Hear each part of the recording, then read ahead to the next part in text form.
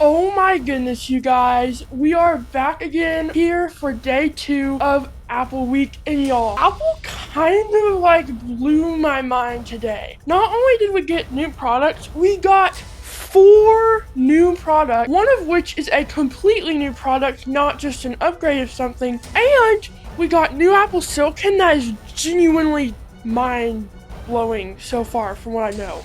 Let's just get right on.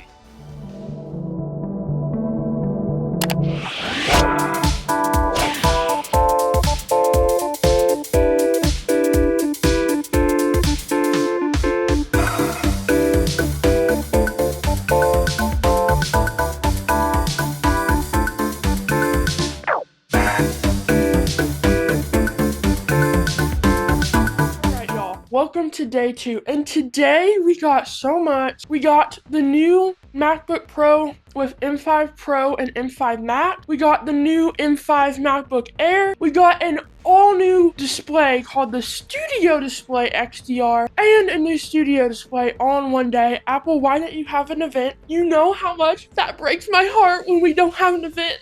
Like, why? Alright, so let's start out with the new Studio Display, as it's the most boring thing. So with this new Studio Display, we have the 12 megapixel center stage camera, along with Thunderbolt 5 and some better audio quality. I'm not sure. I was doing some digging and trying to find out everything about that, but it was a lot more inconclusive, especially since there's not a compare page for displays on apple.com. But overall, it is probably one of the boringest updates ever. And if you have Studio Display, I really don't think you should go get this new one. Like, just don't buy it. But we did get something that's really amazing, and that is the new Studio Display XDR. Now, it sounds like an amazing display until you see the price. It's about $3,500, actually a bit more depending on what model you get. But it's 5K, 27 inches, and it has mini LED along with 1000 nits of SDR brightness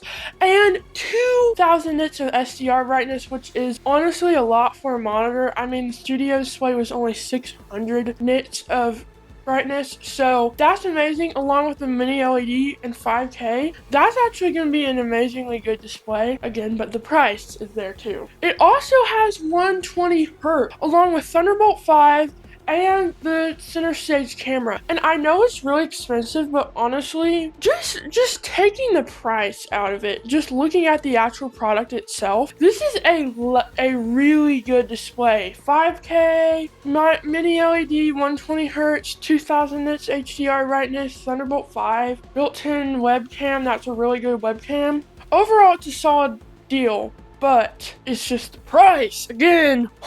It's cheaper than the Pro Display XDR, but I mean, hey, can we really complain since it's cheaper? I mean, the Pro Display XDR had 6K, but who cares? It's so rare now. And honestly, I was genuinely surprised by this, because when I saw that list of all these products to spec, I was like, it's just a press release. But no. Apple is releasing all of them, which I'm like, Apple, I wish you had have done an event. You know me and my Apple events. I love me an Apple event. And you could have totally did an Apple event.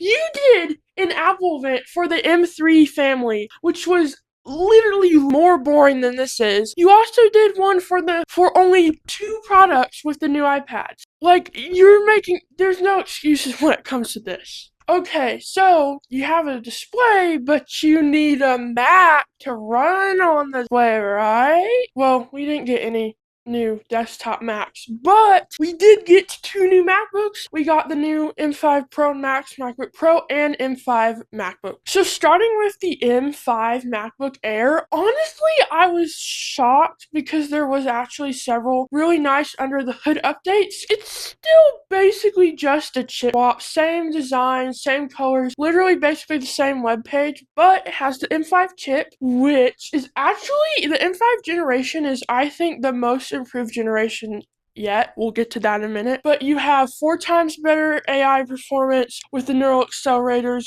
But beyond the M5, there's actually, like I said, some really good under the hood updates. Like, it now starts with 512 gigabytes of storage. I really bought mine at the bad time because mine was like $12.99 for only $256 and 16 gigs of RAM. Y'all, literally, I could today buy a better spec MacBook Air than mine for cheaper. Brand new. That doesn't line up. Like, how does that work? And we're in a RAM shortage too. So they did raise the price by $100, but now it's back to what it was back in 2024. But hey, more storage, that's good. It now also goes up to 4 terabytes. It also has a faster SSD along with the Apple M1 chip, which it seems like Apple's finally putting it into all their products. So it means it has Wi-Fi 7 and Bluetooth 6. So if you have the M4 MacBook Air, I wouldn't go out and get this, obviously. Like, it's not nowhere near enough to justify it. And unless you're like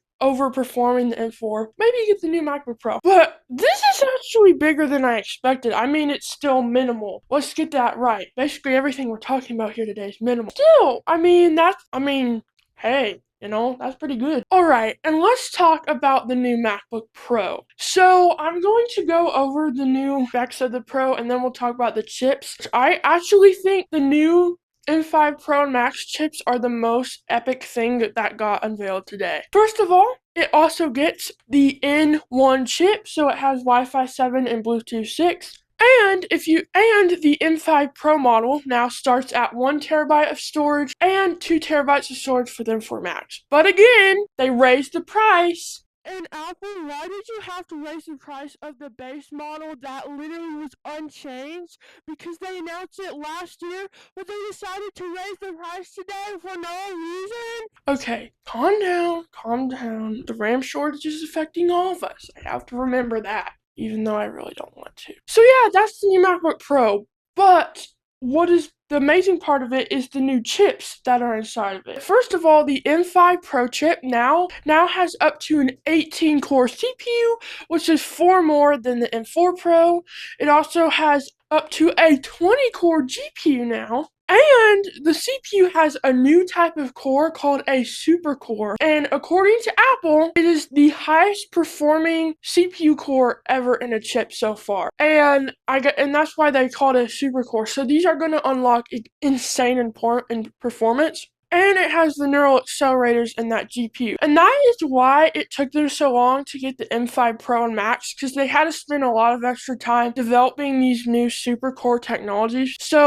But that honestly sounds amazing, and of course we don't know the scores yet. We don't know how it performs in real life yet. But honestly, this generation is shaping up to be the biggest leap from one year to the next that we've ever had. It also has 4 times more compute power than the M4 Pro and a lot more memory bandwidth. And on the M5 Max, it now starts with an 18-core CPU, which is 4 more than the base on the M4 Max. It also has the new super cores and neural accelerators with 4 times more CPU peak performance than the M4 Max and more memory bandwidth. So yeah, those are the new chips, and honestly, they sound amazing. I can't wait to see comparisons, because I honestly think these new chips are going to whip the competition.